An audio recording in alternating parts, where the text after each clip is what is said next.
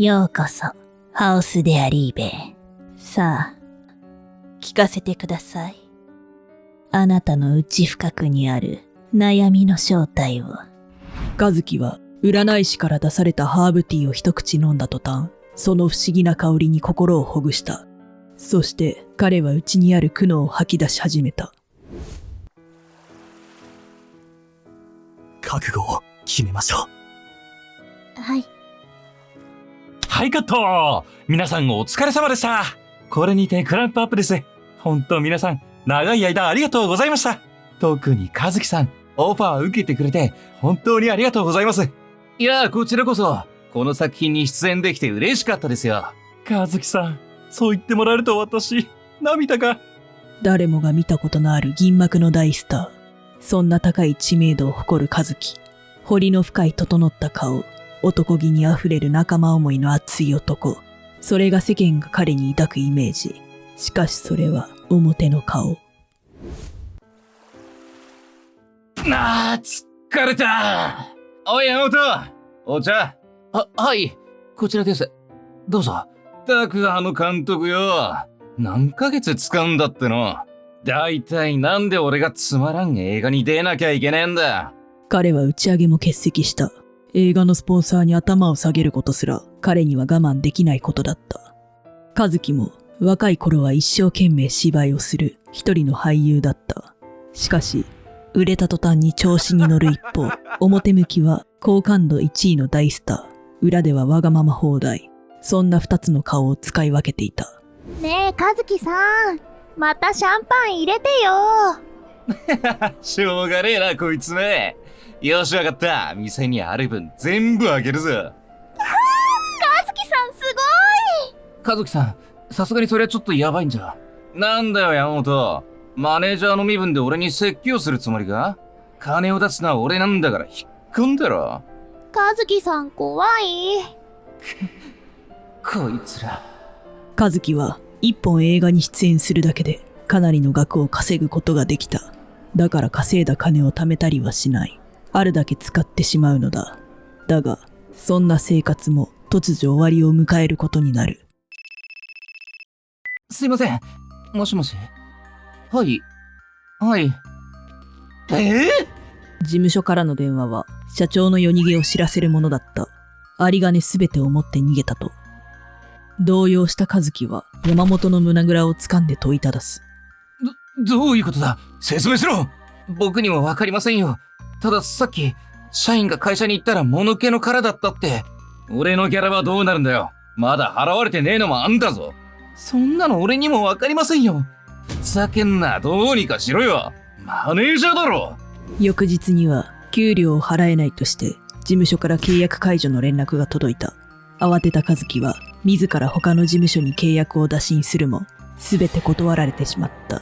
同業者の中では彼が裏でわがまま放題なのは有名だったからだ。和樹の転落はあっという間だった。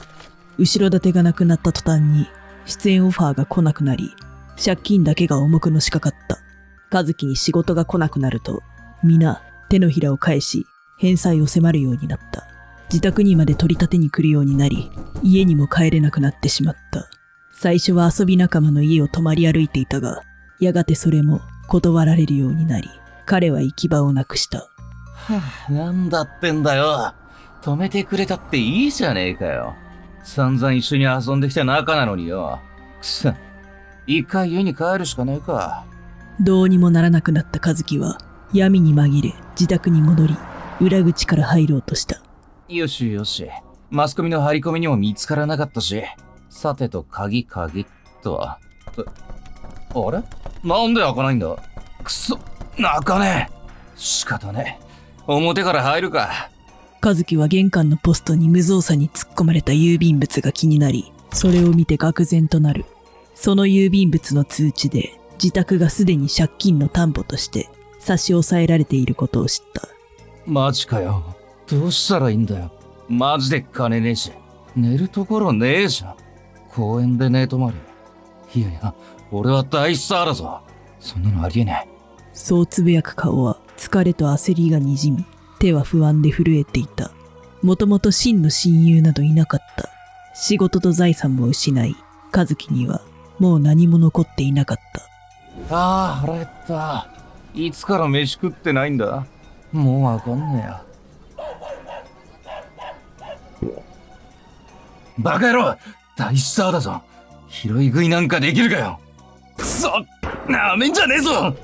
俺は大スターだという大きすぎるプライドだけが和樹を支えていた。しかし、何度もゴミ箱を切りつけているうちに涙がこぼれ落ちた。そして大スターだった和樹の顔は涙と鼻水でぐちゃぐちゃになっていった。音を聞きつけて店の人間が出てくると、和樹は必死に走って逃げ出した。空腹と疲労で頭は回らず、どこをどう走ったかもわからず、気づけば。なるほど。辛い経験をされましたね。そういうことであれば、こちらをお持ちください。なんだよ、これ。占い師が和樹に渡したのはブレスレット。金のチェーンにグリーンアパタイトがあしらわれた、実に華やかなものだった。そのブレスレットを肌身離さずつけていてください。決して外してはいけませんよ。でも俺、金が。お代は結構ですよ。お気になさらずに、今日はもうお帰りください。ありがとうございます。占い師の言葉を不思議に思いながらも、和樹は店を後にした。すると、すぐにスマホに電話がかかってきた。なんで、料金滞納で止まってるはずなのに。はい、和樹です。和樹さん？ああ、やっと電話つながった。ずっとお電話してたんですよ。だけどスマホが通じないし、途方に暮れてたんですよ。実は今、俺が撮ってるドラマのゲスト出演にどうかなと思って。ほんとちょい役で申し訳ないし、俺の力じゃ大スターにふさわしいギャラなんか出せないですけど、芸能界復帰の足がかりとしてどうかと思って。本当ですか？ありがとうございます。ぜひやらせてください。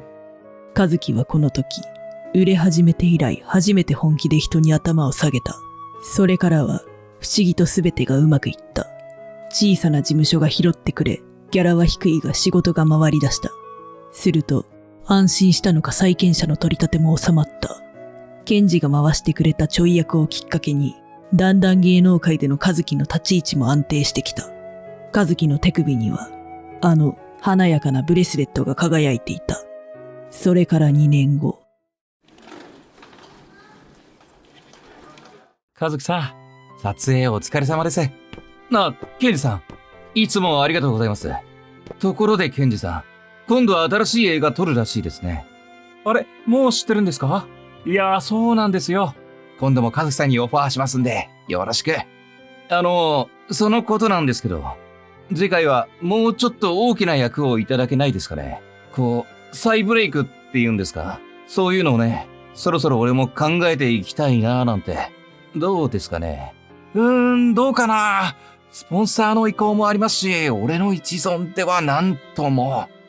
じゃあ、スポンサーさんと引き合わせてもらえないですか？俺、知名度もありますし、直接会って話をすれば納得してもらえるんじゃ。いやー、ちょっと、それは難しいかな。和樹はまだ売れていた時代の栄光を忘れられずにいた。検事は困った様子で和樹から目をそらし、笑ってごまかそうとした。そこへ、スタッフが検事を呼びに来ると、そそくさと立ち去っていった。なんだよ、検事のやつ。いつもは応援してますよとか、絶対盛り返せますよとか言っといてよ。スポンサーに合わせるくらいなんでやってくれねえんだよ。信用できると思ってたのに。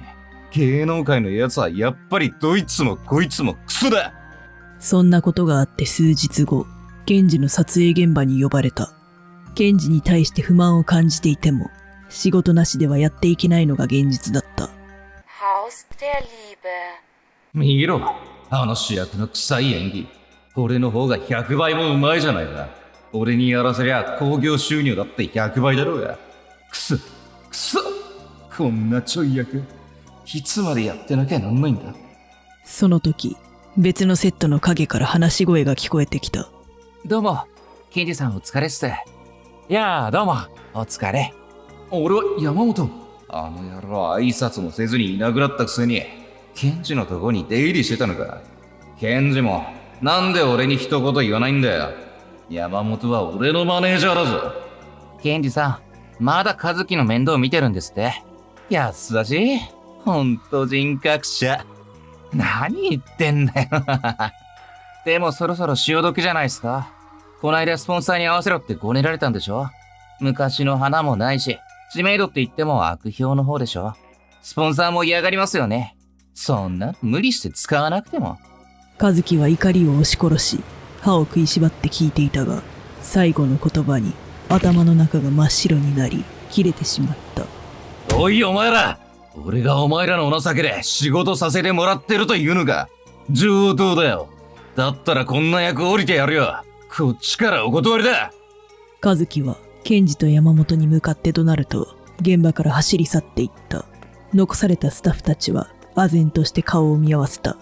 実はこの2年、どの役もすべてケンジが和樹のために頭を下げて取った仕事だったのだ。和樹さんをお願いします。和樹さん、まだいけます。